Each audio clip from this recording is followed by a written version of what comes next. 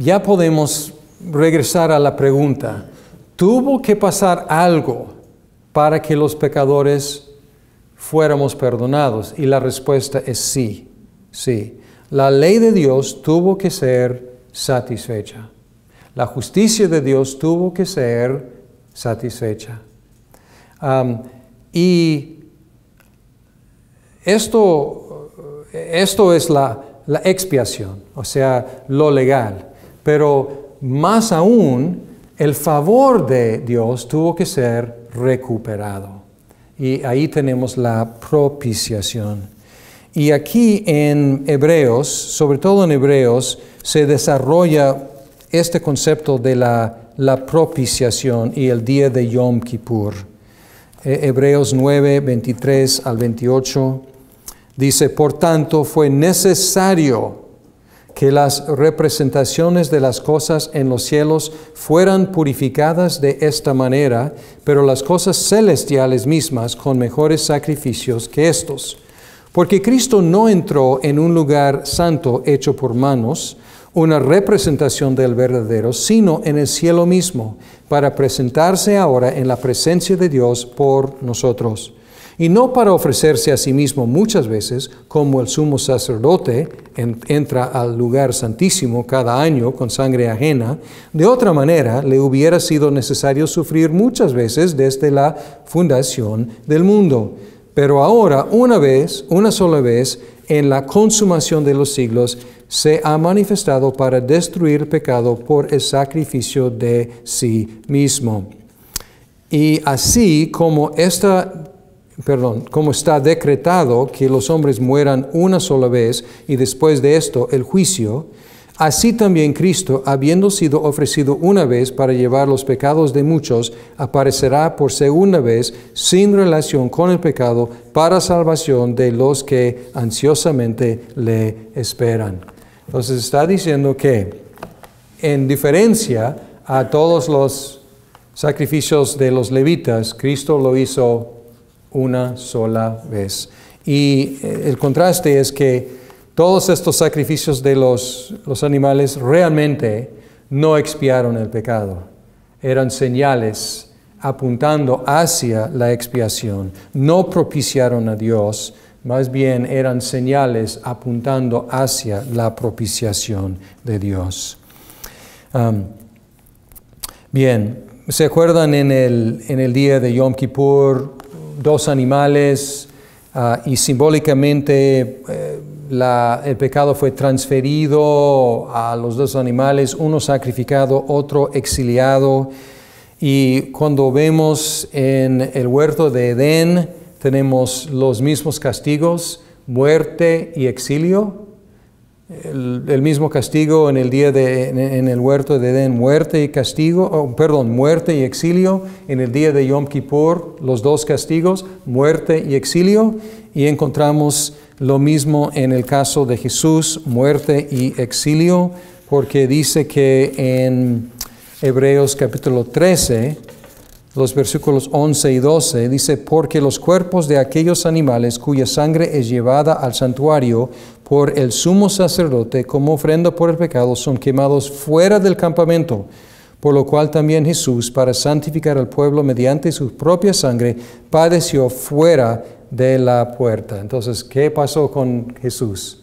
Pues muerte y exilio, echado fuera del campamento, como Adán y Eva, y como los animales en el día de expiación. Así que Cristo es el sacerdote y el sacrificio verdadero del cual todos los anteriores eran tipos. Bien, vamos a concluir hablando de la naturaleza de la expiación, de la muerte de Cristo. Regresando a Romanos, ya leí un poquito de Romanos 25, donde aparece la palabra propiciación, pero déjeme leer 21 al 26 de Romanos 3, 21 al 26.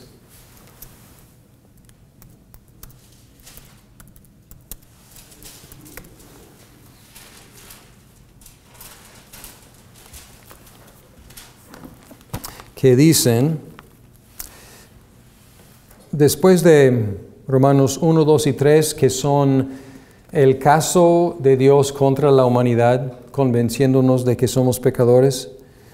Y luego dice 21, pero ahora aparte de la ley, la justicia de Dios ha sido manifestada, atestiguada por la ley y los profetas. Es decir, la justicia de Dios por medio de la fe en Jesucristo para todos los que creen, porque no hay distinción, por cuanto todos pecaron y no alcanzan la gloria de Dios, siendo justificados gratuitamente por su gracia por medio de la redención que es en Cristo Jesús, a quien Dios exhibió públicamente como propiciación por su sangre a través de la fe, como demostración de su justicia, porque en su tolerancia Dios pasó por alto los pecados cometidos anteriormente, para demostrar en este tiempo su justicia, a fin de que Él sea justo y el que justifica al que tiene fe en Jesús.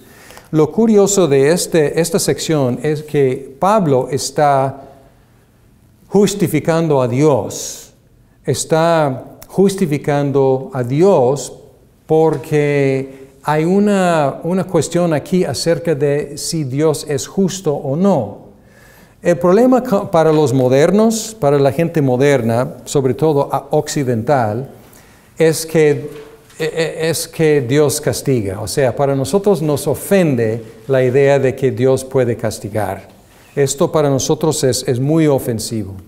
Pero para muchos en el mundo, la ofensa es que Dios no castigue el pecado. Porque si Dios no castiga el pecado, Dios no es justo.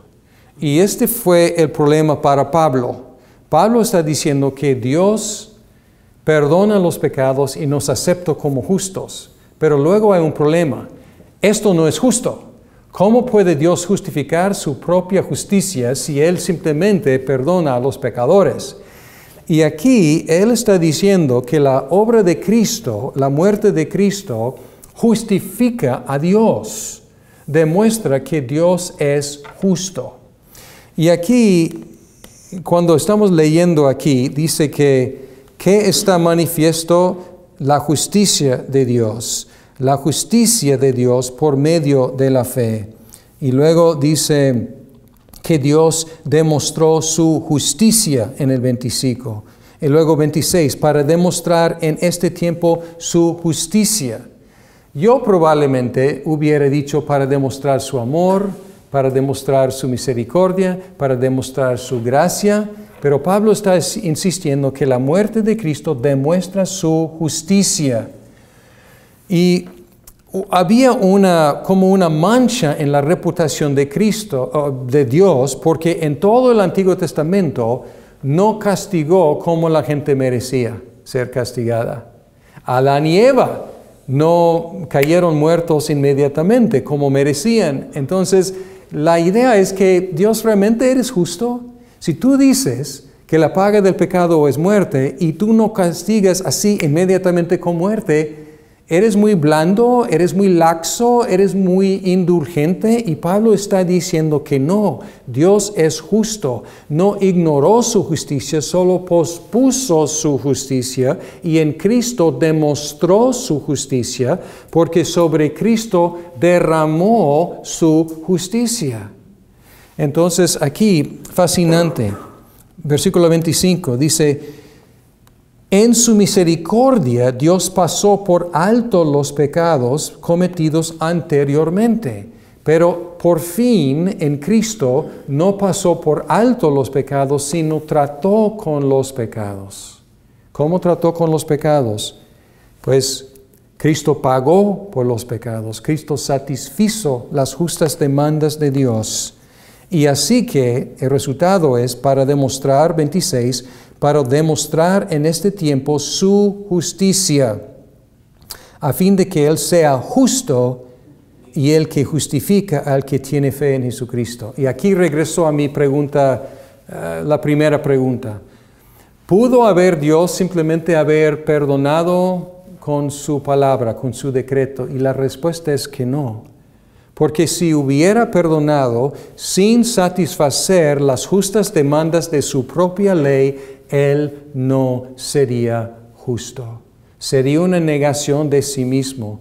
Y lo fascinante de esta solución que Él propuso, que Él efectuó, que Cristo efectuó, es que Dios mantuvo su justicia y puede justificar a pecadores que tienen fe en Cristo, sin ser injusto Dios. Entonces es justo que Dios perdone. Es justo que Dios perdone a los pecadores que están en Cristo. ¿Por qué? Porque Cristo sí satisfizo las demandas de Dios en cuanto a sus pecados. Si confesamos nuestros pecados, Él es... ¿Qué? Fiel y justo. Justo, interesante, ¿no? Yo habría pensado, Él es fiel y bondadoso, Él es fiel y lleno de gracia, Él es fiel y misericordioso, Él es fiel y amoroso. Todo es cierto, pero ¿qué enfatiza? Él es justo. Es justo que Dios perdone a los pecadores que están en Cristo. Y podemos agregar que sería injusto que Dios no perdonara a todos los pecadores que están en Cristo Jesús. Porque si Dios castiga a Cristo, si podemos decirlo así, por nosotros, si Cristo toma el castigo por nosotros, y si nosotros todavía tenemos que pagar por nuestros pecados y sufrir castigo, hay un problema ahí. ¿Cuál es el problema? Porque tuvo Cristo que hacerlo. Claro, y sería una injusticia. Pagar por algo que ya está pagado, satisfacer algo que ya está satisfecho. Entonces, estoy enfatizando que la muerte de Cristo es una satisfacción y una demostración de la justicia de Dios, y el perdón que recibimos es justo, además de ser de gracia, de misericordia, de amor de Dios. Bien, tengo un diagrama aquí tratando de, espero no confundir, sino pues aclarar algunas de las palabras que estamos utilizando. Los efectos de la muerte de Cristo. Entonces podemos ver en este triángulo la dirección de estos diferentes verbos. Y aquí dice, Cristo propicia a Dios. Cristo aplaca a Dios. Cristo satisface a Dios. Cristo nos redime a nosotros y Dios nos justifica. Dios nos declara justos.